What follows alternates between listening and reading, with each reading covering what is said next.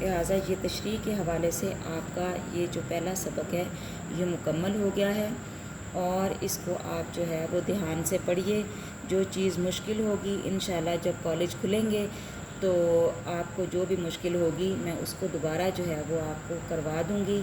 لہٰذا تب تک جو ہے وہ نیکسٹ لیکچر تک کے لیے اللہ حافظ۔